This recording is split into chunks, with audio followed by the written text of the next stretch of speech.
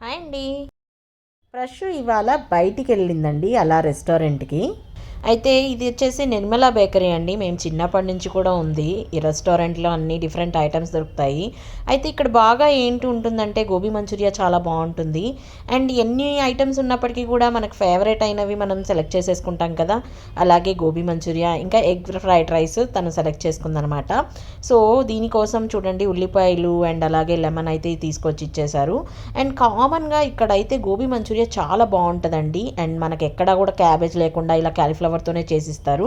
And egg fried rice అయితే చాలా బావుంటది. పెప్పర్ వేసి చక్కగా నైస్‌గా చేసిస్తారనమాట. చాలా చాలా టేస్టీగా ఉంటది. ఇలా అయితే ఇంకా ఎంజాయ్ చేసేసిన తర్వాత ఫైనల్‌గా ఒక డెజర్ట్ అయితే కావాలి కదా!